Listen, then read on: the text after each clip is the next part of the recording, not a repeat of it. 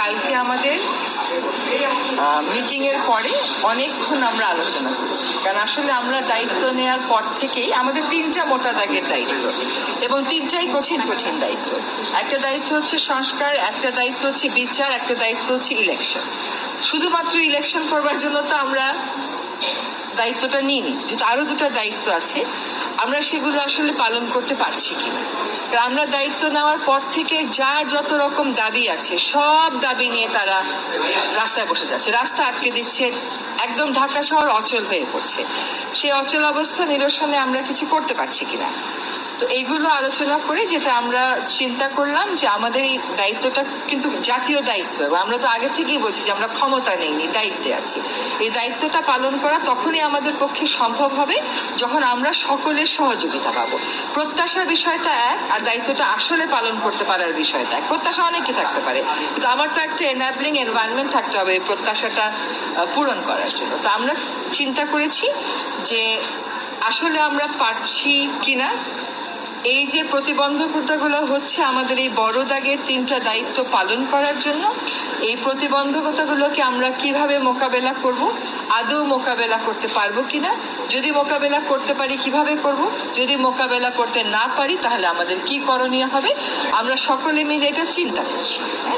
আর প্রধান উপদেষ্টা যদি কোনো সিদ্ধান্ত নেন কোনো ব্যাপারে, আমি প্রথম থেকেই বলে এসেছি যে উনি একটা সময় দিয়েছেন, ডিসেম্বর থেকে জুনের মধ্যে নির্বাচন হবে, তার একদিনও এদিক সেদিক হওয়ার কোনো সুযোগ আমাদের পক্ষ থেকে নেই। কাজে এগুলো নিয়ে অন্য ধরনের কোনো কথা বলারও কোনো সুযোগ হওয়া উচিত ছিল না, কারণ বারবারই বলা হচ্ছে যে একটা সময়সীমা দিয়ে দেওয়া হয়েছে। এখন কিছু কিছু গুরু দায়িত্ব তো আছে, সেগুলো পালনের সাথেও তো মাসের একটা সম্পর্ক থাকতে পারে। তো ওনার যদি কোনো কিছু বলার থাকে, আমি নির্বাচনের প্রশ্নেও বলেছি, দায়িত্ব পালনের প্রশ্নেও বলেছি, ওটা আপনারা ওনার থেকেই শুনবেন। তো ম্যাস পিপলকে কি ইনফরমেশন দিবেন আপা?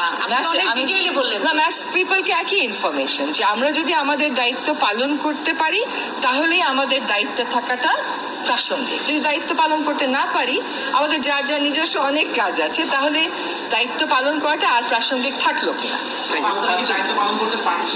আমরা দায়িত্ব পালন অনেক প্রতিকূল পরিস্থিতির মধ্য দিয়ে তো অনেক দূর এগিয়েছি। আমরা রিফর্ম কমিশনগুলো তাদের রিপোর্ট দিয়েছে, সেই রিপোর্টের উপরে রাজনৈতিক ঐক্য গড়ার প্রক্রিয়াটা শুরু হয়েছে, সকল রাজনৈতিক দল সেখানে পার্টিসিপেট করছে। এটা কি পারা না? এটা তো পারা। আমরা একটা নির্বাচনের সময়সীমা বলে দিয়েছি যে ডিসেম্বর থেকে জুনের মধ্যে অবশ্যই হবে, সেটাও একটা পারা। আরেকটা হচ্ছে বিচার ট্রাইব্যুনাল, একটা ছিল এখন 2টা হয়েছে, আগামীকাল থেকে ট্রায়ালের আনুষ্ঠানিক পর্যায়ে শুরু হবে, কিন্তু জিনিসগুলো স্মুথ যেতে হবে, এইগুলোতে যাতে কোনো রকমের প্রতিবন্ধকতা না আসে, সেটা প্রথম থেকেই আমাদের একটা আহ্বান ছিল। এখন এই কাজগুলো আমরা সঠিক প্রক্রিয়াতে শেষ করতে চাই।